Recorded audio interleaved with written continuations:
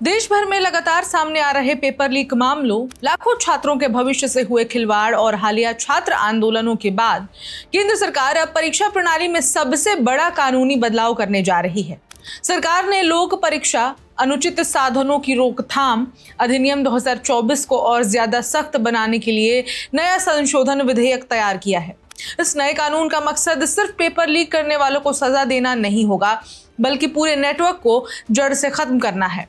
अगर ये संशोधन कानून बन जाता है तो अब पेपर लीक मामलों में 2 महीने के भीतर जांच पूरी करनी होगी, फास्ट ट्रैक कोर्ट में सुनवाई होगी, 10 साल तक की जेल और 10 करोड़ रुपए तक का जुर्माना और सभी मामले गैर जमानती होंगे। तो आखिर इस नए कानून में क्या क्या बदलेगा, इसका असर छात्रों, कोचिंग माफिया, परीक्षा एजेंसियों और सरकार पर क्या पड़ेगा, ये विस्तार से समझते हैं। नमस्कार, मेरा नाम है ऋचा पराशर और आप देख रहे हैं वन इंडिया हिंदी। भारत में पिछले कुछ वर्षों में लगभग हर बड़ी प्रतियोगी परीक्षा किसी न किसी विवाद में घिरी रही। चाहे नीट हो, जेईई हो, एसएससी हो, रेलवे भर्ती हो, पुलिस भर्ती हो, शिक्षक भर्ती परीक्षा हो या फिर राज्य स्तरीय प्रतियोगी परीक्षाएं हो, पेपर लीक ने लाखों छात्रों का भरोसा तोड़ा है।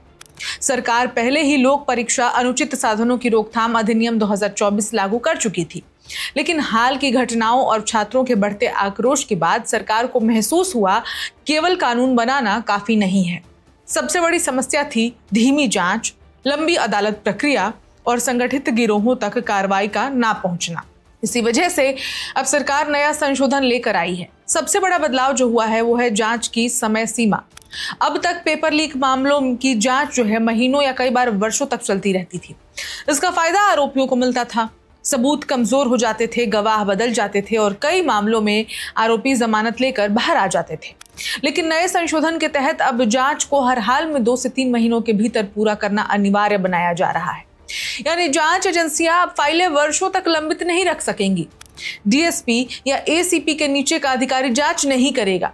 सरकार का मानना है कि पेपर लीक अब केवल स्थानीय अपराध नहीं रह गया है, इसके पीछे कई राज्यों में फैले नेटवर्क, तकनीकी विशेषज्ञ, दलाल, कोचिंग संस्थान और आर्थिक अपराध से जुड़े लोग होते हैं। इसलिए वैसे मामलों की जांच केवल डीएसपी या एसीपी स्तर अथवा उससे वरिष्ठ अधिकारी ही करेंगे। यानी कि डीएसपी एसीपी से कम के नीचे के जो अधिकारी होंगे वो अब जांच नहीं करेगा, जैसे कि अभी हो रहा था। अब या तो एसीपी करेंगे, डीएसपी करेंगे या फिर उससे भी सीनियर ऑफिसर्स करेंगे। जरूरत पड़ने पर केंद्र सरकार सीधे सीबीआई जैसी केंद्रीय एजेंसियों को भी जांच सौंप सकेगी। फास्ट ट्रैक कोर्ट में होगी सुनवाई। पेपर लीक मामलों में अक्सर अदालतों में वर्षों तक सुनवाई चलती रहती है। छात्र नौकरी की उम्र पार कर जाते हैं लेकिन फैसला नहीं आता। अब सरकार ऐसे मामलों के लिए विशेष फास्ट ट्रैक अदालतों का प्रावधान ला रही है। इसका उद्देश्य है कि दोषियों को जल्दी सजा मिले और छात्रों को जल्द न्याय मिल सके। गैर जमानती होगा अपराध। ये संशोधन सबसे बड़ा कानूनी बदलाव लेकर आता है। पेपर लीक, प्रश्न पत्र खरीदना, बेचना, परीक्षा प्रणाली से छेड़छाड़, डिजिटल हैकिंग और संगठित परीक्षा धोखाधड़ी से जुड़े सभी अपराधों को संज्ञेय यानी कि कॉग्निजेबल, गैर जमानती यानी कि नॉन बेलेबल, गैर समझौता योग्य यानी कि नॉन कंपाउंडेबल श्रेणी में रखा गया है। यानी कि 3 श्रेणियों में इसको डिवाइड किया गया है। मतलब पुलिस बिना वारंट ही गिरफ्तार कर सकेगी और आसानी से जमानत नहीं मिलेगी। तो सजा कितनी हो? अगर कोई व्यक्ति व्यक्तिगत स्तर पर पेपर लीक, नकल या परीक्षा में अनुचित साधनों का इस्तेमाल करता है तो उसे कम से कम 5 साल की जेल और जुर्माना हो सकता है। लेकिन अगर मामला संगठित गिरोह, माफिया, तकनीकी नेटवर्क या फिर बड़े स्तर के पेपर लीक से जुड़ा पाया जाता है तो सजा 10 साल तक की जेल हो सकती है और 10 करोड़ तक जुर्माना। ये संशोधन आर्थिक चोट भी पहुंचाएगा। अगर कोई संस्था, कोचिंग नेटवर्क, एजेंसी या संगठित अपराध समूह पेपर लीक में शामिल पाया जाता है तो उस पर अधिकतम 10 करोड़ तक का जुर्माना लगाया जा सकेगा। सरकार का मानना है कि जब तक आर्थिक लाभ खत्म नहीं होगा, पेपर लीक उद्योग पर रोक लगाना मुश्किल रहेगा।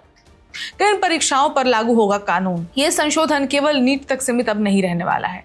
इसके दायरे में आएंगी UPSC, SSC, railway recruitment board यानी कि आरआरबी, आईबीपीएस और अन्य बैंकिंग परीक्षाएं, एनटीए द्वारा आयोजित नीट, जेईई मेंस और सीयूईटी और केंद्र सरकार द्वारा अधिसूचित अन्य सार्वजनिक परीक्षाएं। यानी देश की लगभग सभी प्रमुख राष्ट्रीय प्रतियोगी परीक्षाएं इस कानून के दायरे में होंगी। तो छात्रों को क्या फायदा है? अगर ये कानून प्रभावी ढंग से लागू होता है तो छात्रों को कई बड़े लाभ मिल सकते हैं। पहला, पेपर लीक होने पर कार्रवाई तेज होगी।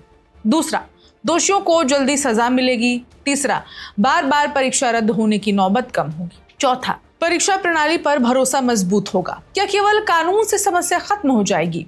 विशेषज्ञ बताते हैं कि सख्त कानून जरूरी है, लेकिन अकेले कानून पर्याप्त नहीं है।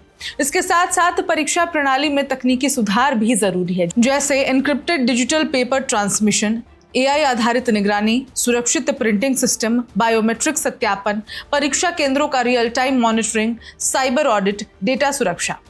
अगर ये सुधार साथ साथ लागू हुए तभी पेपर लीक पर स्थायी रोक लग सकेगी। लेकिन विपक्ष और छात्रों की क्या मांग है? छात्र संगठन लंबे समय से केवल गिरफ्तारी नहीं बल्कि जवाबदेही तय करने की मांग करते रहे थे।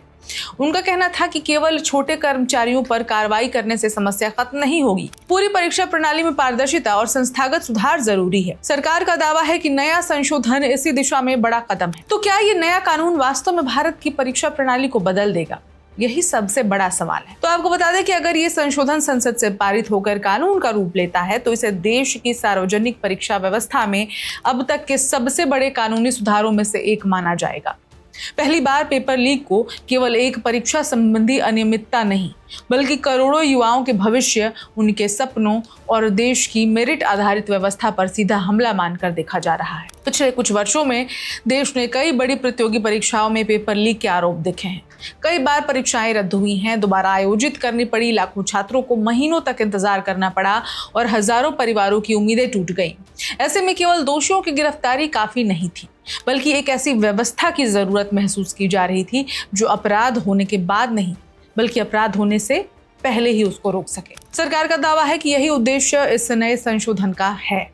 2 महीनों के भीतर जांच पूरी करने की बाध्यता, फास्ट ट्रैक कोर्ट, गैर जमानती अपराध, वरिष्ठ अधिकारियों द्वारा जांच और संगठित गिरोह के खिलाफ 10 साल तक की सजा और 10 करोड़ रुपए तक के जुर्माने जैसे प्रावधान निश्चित रूप से कानून को पहले से कहीं अधिक कठोर बनाते हैं और इसकी वजह से लोगों के मन में, उन माफियाओं के मन में, पेपर लीक करने वालों को मन में कानून का और जो सज़ा है उसका डर भी पनपेगा और तब जाकर हो सके तो कहीं ये जो लीक जैसी प्रॉब्लम्स हैं इसका सॉल्यूशन निकल पाएगा। लेकिन किसी भी कानून की सफलता उसकी सख्ती से नहीं बल्कि उसके प्रभावी क्रियान्वयन से होती है। सबसे बड़ी चुनौती यही होगी कि क्या जांच एजेंसियां तय समय सीमा के भीतर निष्पक्ष जांच पूरी कर पाएंगी? क्या फास्ट ट्रैक अदालतें वास्तव में मामलों का तेजी से निपटारा करेंगी? क्या बड़े संगठित नेटवर्क, तकनीकी गिरोह, दलाल और पूरे पेपर लीक इकोसिस्टम तक कार्रवाई पहुंचेगी या फिर केवल छोटे स्तर के लोगों पर ही कार्रवाई सीमित रह जाएगी? विशेषज्ञ भी मानते हैं कि कानून के साथ साथ परीक्षा प्रणाली में तकनीकी सुधार, साइबर सुरक्षा, डिजिटल एन्क्रिप्शन, सुरक्षित प्रश्न पत्र वितरण, बायोमेट्रिक सत्यापन और पारदर्शी प्रशासनिक व्यवस्था भी उतनी ही जरूरी है। अगर संस्थागत सुधार नहीं हुए तो केवल सख्त सजा से समस्या पूरी तरह खत्म नहीं होगी।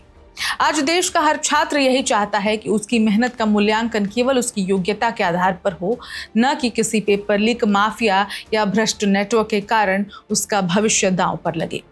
ये केवल परीक्षाओं का सवाल नहीं है बल्कि देश के युवाओं के भरोसे, अवसर की समानता और लोकतांत्रिक व्यवस्था की विश्वसनीयता का भी सवाल है।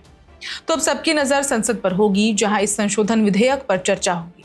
उसके बाद असली परीक्षा सरकार, जांच एजेंसियों और पूरी परीक्षा प्रणाली की होगी। अगर यह कानून अपने उद्देश्य के अनुरूप लागू होता है तो आने वाली जो भी पीढ़ियां हैं उनके लिए एक सुरक्षित, पारदर्शी और भरोसेमंद परीक्षा व्यवस्था की मजबूत नींव रख सकता है। लेकिन अगर इसका क्रियान्वयन कमजोर रहा तो करोड़ों छात्रों की उम्मीदें एक बार फिर अधूरी रह सकती हैं। यही वजह है कि ये मुद्दा अब केवल पेपर लीक तक सीमित नहीं रह गया है बल्कि पूरे देश के भविष्य और शिक्षा व्यवस्था की विश्वसनीयता का सबसे बड़ा राष्ट्रीय मुद्दा बन चुका है। इस खबर में इतना ही, लेकिन जो भी नए अपडेट्स आएंगे आप तक हम जरूर पहुंचाते रहेंगे। तब तक देश दुनिया की बाकी खबरों के लिए देखते रहिए one India Hindi. Subscribe to One India and never miss an update. Download the One India app now.